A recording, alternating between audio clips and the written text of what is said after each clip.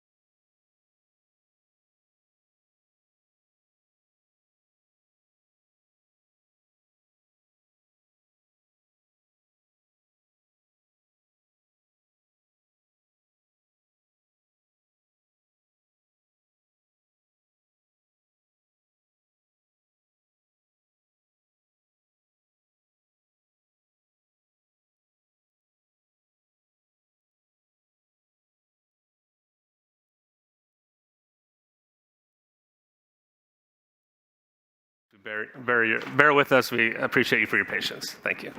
AWS, we operate to a world-class standard. We'll help you operate in the cloud, on premises.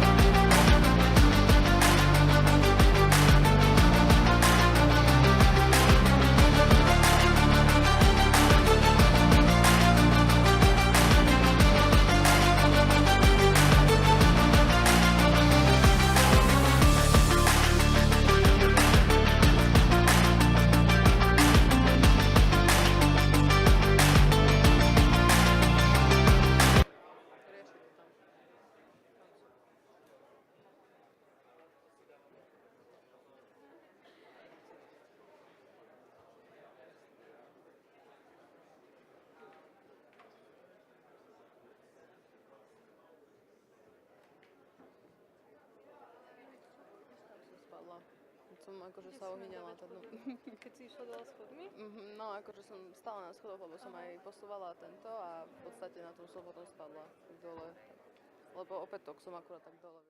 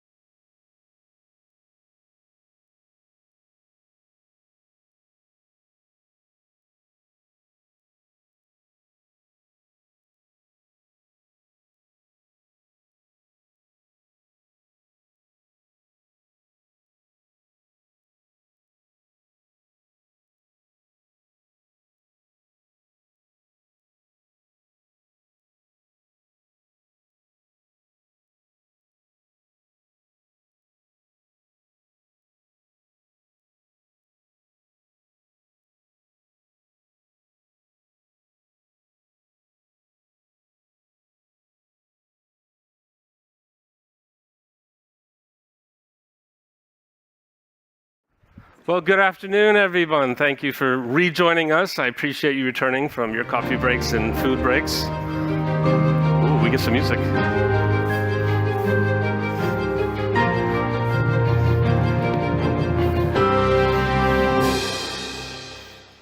That was dramatic. Thank you very much for joining us again for our next session, which is on Pesky Populists. So we have a good lineup coming of 3 leaders here in Europe, but just to kind of set it up.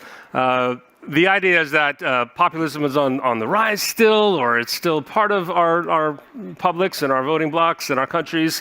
What to do about it? What do we know about it? So I'm going to introduce your ministers and have a discussion, I think, about public opinion versus leader opinion, about convincing our voting blocs and our nations about what the threats are and how world leaders see them, how national leaders see them versus how they might see them.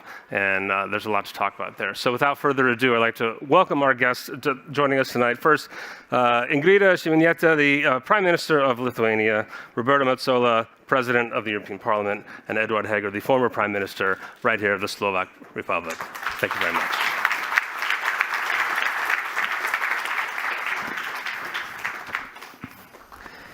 Well, thank you all for joining us and making your journeys, your shortest one from you, Minister Heger. So as I set up the introduction, this is a topic that's close to my heart. Back in the United States, where I'm from, I frequently write about, when I do write, I'm the editor of Defense One, but I'm also a columnist when I get a chance. And I like to pay close attention to what the American public thinks versus what the national security leaders are talking about or arguing about. And for example, the United States, what to think about China, or what to think about Ukraine more urgently here, I think.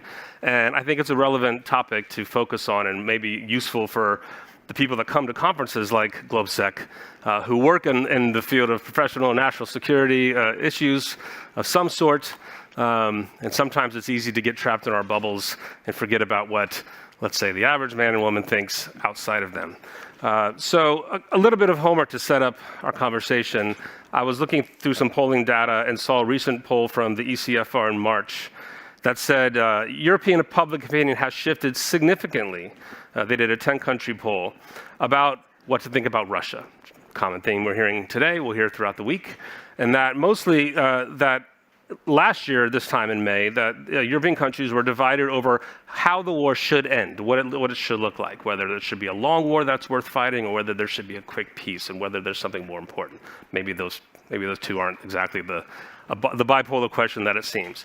The clear difference now is that there's a clear preference, the poll said, on that the war should end by Ukraine regaining all of its territory, not as soon as possible, which are two very different things. So perhaps with that as a guide, we can walk through how do you look at polling numbers? What are the gaps that you see between what the public thinks versus what you think are the national security concerns, and how are you addressing those gaps? We can start with you, since you're closest to me. Well, thank you. I don't know if I am a good example, given that support for Ukraine in Lithuania was very strong from the 2014 That's right. and even before, and I think we were one of the most outspoken supporters of Ukrainian Euro-Atlantic aspirations for many years. And I can explain this by all sorts of arguments, but I think the most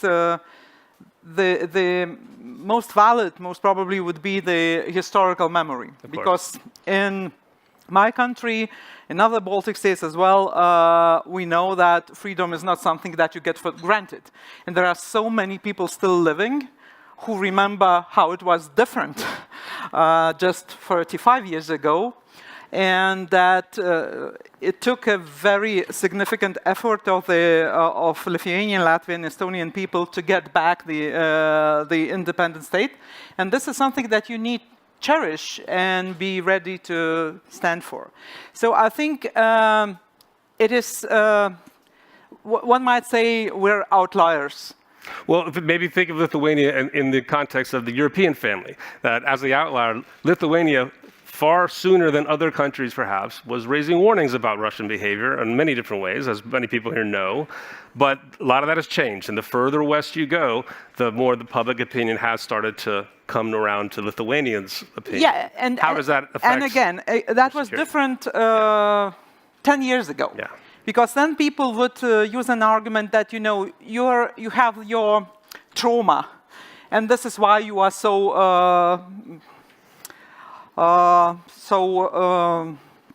loud and so very to trust Russians. But that was more than a trauma, because anybody who is living close to a neighbor like Russia and who knows the history of Russia, also by his or her own back, knows that little changes in Russia. And we saw that coming quite many years ago. And especially after Munich, there were no doubts whatsoever to anybody who has ears and wants to listen. But I think in sort of further west from the battlefield, you cannot blame people for being short-sighted, because after Second World War, this part of Europe had the privilege to build welfare, infrastructure, cooperation, European Union, everything. I mean, this was a completely different dynamic from what we had.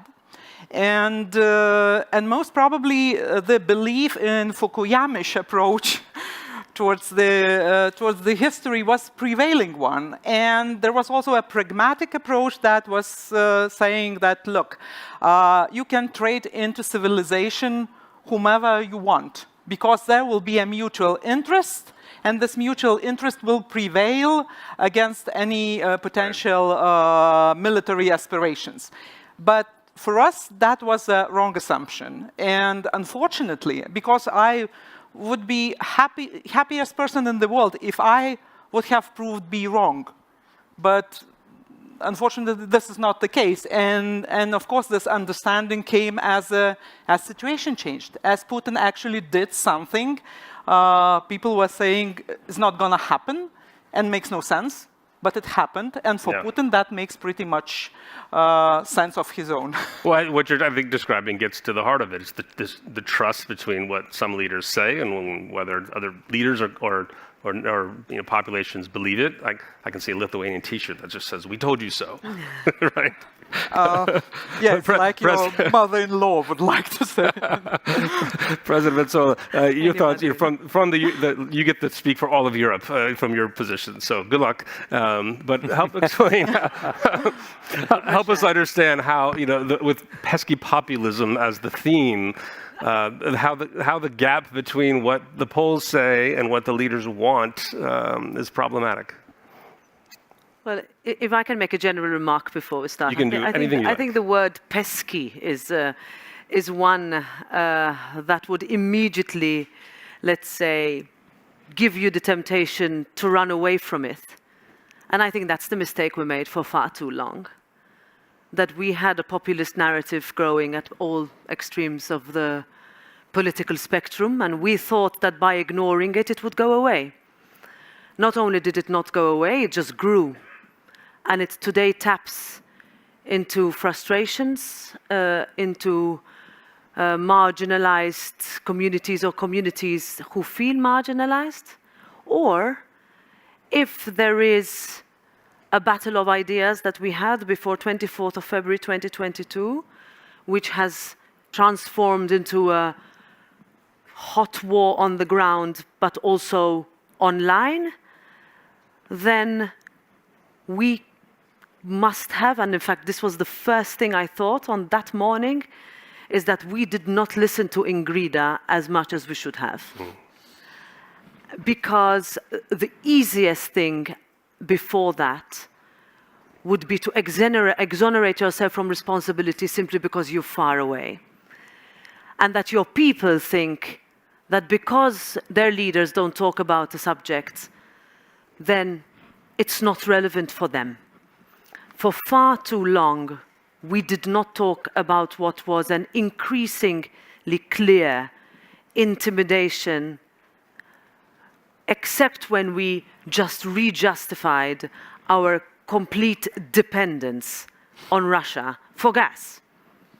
So a few months before, we had an extremely long debate on so-called taxonomy, could be translated into nuclear versus gas. All everybody was worried about is how is this going to affect my bottom line? Nobody thought, what are our citizens going to be asking us when their bills are through the roof, and for a decade we've just hoped this would not be a problem in our own backyard. And I think that that realization meant that we not only changed our geopolitical analysis, in other words, that energy is now about security, that the Green Deal, our climate ambitions are not only about becoming climate neutral, but also ensuring our own security. And secondly, about the way and the speed with which we take decisions, because time is not waiting for us. So when last year we were talking about, 5 days for Putin to take over Kiev, we're now over 400 days after that. Kiev is bombed more than it has been these past 2 days. The bombs are increasing. We have a responsibility to make sure that those populists who want us to talk about something else don't manage. And that's up to us to do it. Well, I thank you for the word of caution on just the word pesky. And I mean, one could argue... I just have 4 sons, I use it in a domestic situation, and I think they don't appreciate it very much. I have 3 sons. I was just thinking, I can't get them to agree on anything, much less an entire nation of people. But one could argue this entire forum takes a view that looks down on the populist view because it advocates for international norms. It advocates for the top bullet point is support for Ukraine. So that brings me to now former Prime Minister Heger. And to be frank, one of the reasons you are a former Prime Minister is because of support for Ukraine is divided in this country, in the Slovak Republic. So we don't need to ask how the gap affects you. You know firsthand how it affects you. How do you change it? What do you do now? And give us a prediction for Slovak Republic on the border of Ukraine. It's not a matter of distance. It's something else. It's maybe culture. It's politics. Explain. Well, thank you very much. Good afternoon. When you ask whether I have changed, no, not at all. Because times like this, especially learning from the past, you have to do things that are right, and we know that it's right to support Ukraine. It's right for several reasons, from the human aspect, because they're being killed and hurt by a Russian army. Second, it affects our security, they are our neighbors, and I could go on and on. But now Roberta just said that. I mean, we traded our values that the democracy is built on, not just in Europe, but now we speak of Europe and the modern world, for cheap Russian gas and oil. And then we learned that there is no such thing as guaranteed cheap Russian gas and oil, because Putin used it as a weapon toward us. We're in hybrid warfare. And the hybrid warfare started with the with the energies, but we see disinformation. It's another very important weapon that he's using. And I, as a Slovak, can say I know what I speak of, because you saw the surveys, the recent surveys here in Slovakia. I mean, just like Ingrida said that the historical memory helps Lithuania to protect against Russia, well, here it's kind of vice versa. And Slovakia is one of the countries where the Russian propaganda has the strongest influence on our people. And when you say and you ask what the leaders think and what the people think, well, the people are influenced very strongly, especially through the social networks, with a lot of disinformation. And that's why Slovakia was one of the countries that was calling on the European community and saying, well, we have to go deeper in the regulation to protect the truth and not to limit the freedom of speech, not at all. But we are now seeing that what is floating in the virtual world, that is not freedom of speech. There is true lies, there's, I mean, big lies, disinformation of great extent that are really misleading many people, like here in Slovakia. So we have to stand on the right side of the truth, of the right side of the history, explaining and really looking for instruments how to lower the effect of the disinformation that we are facing as Slovakia as a forerunner of what extent it could get for several reasons as a neighboring country, strongly supporting and helping Ukraine. Of course, this is against the interest of Vladimir Putin. And everybody who is helping Ukraine and in being very loud, of course, is on his list of enemies that he wants to change the political scene, etc. So, but as I said, if we want to stand on our values, if we really believe in democracy, in freedom, in rule of law, that we have to fight for it, and even stronger, get united as we are in Europe. And the Eastern countries were the ones who helped Europe to stay so strong, so united, and so committed in helping Ukraine, because there was maybe fall of last year, we started to hear the word fatigue of helping Ukraine. But the Eastern countries said, don't even think about it. Don't even think about it. Because if you start to think about it, next step you're starting doing it. So we said, don't even think about it. And it helped. And I'm glad that it worked. And right now we are committed more and more. And we have to continue.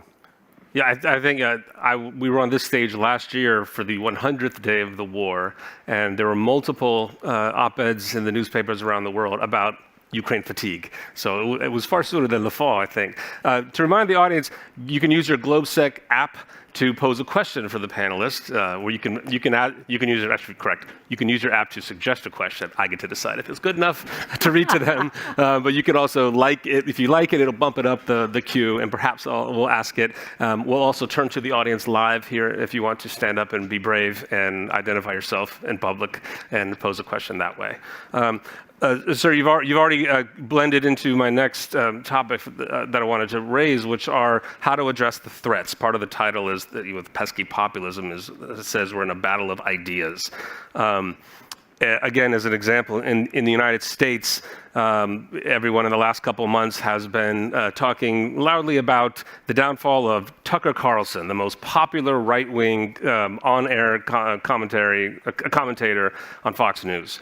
And the reason I bring that up for this crowd is that what he said changed public opinion in the United States about Ukraine, about China, about technology, about supply chains, about lots of things. And changing those opinions changes elections, it changes the makeup of the Congress, etc. And I'm sure the same thing happens here. But to get to what you were saying, how do leaders like this combat a voice like that, or similar voices around the world with truth? Is truth just enough? Is this just a messaging problem? Or are more steps needed, like regulations of some kind that might be down a dangerous, slippery slope? He has a finger up, but I wanted to bring in Ingrid. You want to answer? Well, I would not say this is easy, given that times have changed for all, I would say, because I'm in the government for 26 years, I think, in a governmental job. So I remember how it was before, like in 1998, for example. Yes. If you had a crisis, then somebody will show something on TV same evening, and newspapers will write about it next morning. So you will have time to think about your strategy and how you manage the crisis. Now, the crisis can occur even without doing anything, because somebody will post something on Facebook, and this crap will go through the roof by 5 million people in 2 seconds. And all the governments are doing now, unfortunately, are running behind.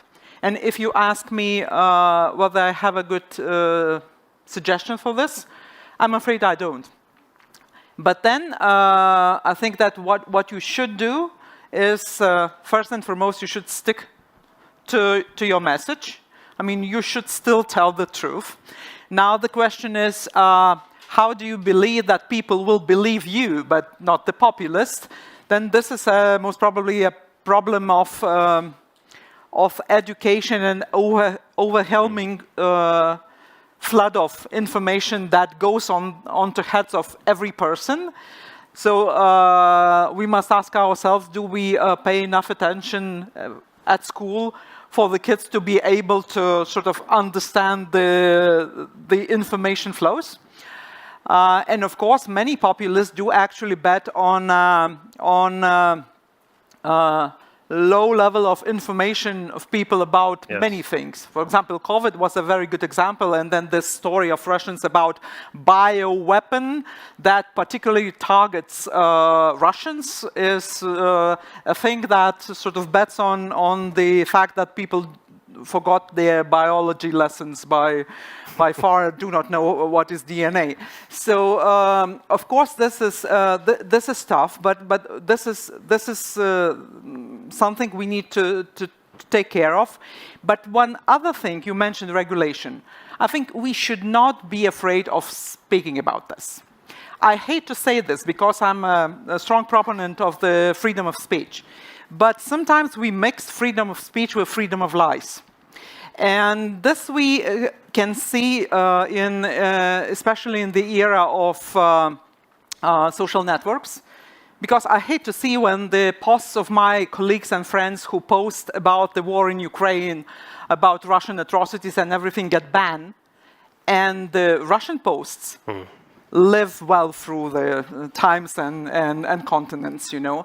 So there must be a commercial rationale in this, the algorithm and everything, which might be not perfect because of artificial intelligence. This I don't know. But I think we should seriously think about it. So some education, some discussion of regulation, a lot there. Well, I think we say in the United States, right, there's freedom of speech, but you can't yell fire in a theater, right? There is a boundary. There's a lot of nodding and thoughts. Go ahead. Yes, ma'am. Yes, you back. So next year for the European elections in 4 countries, 16-year-olds will vote for the first time. So I started to ask, especially in those countries, where do the 16-year-olds get their information from? Ingrida mentioned yesterday, you know, the way a news cycle used to be.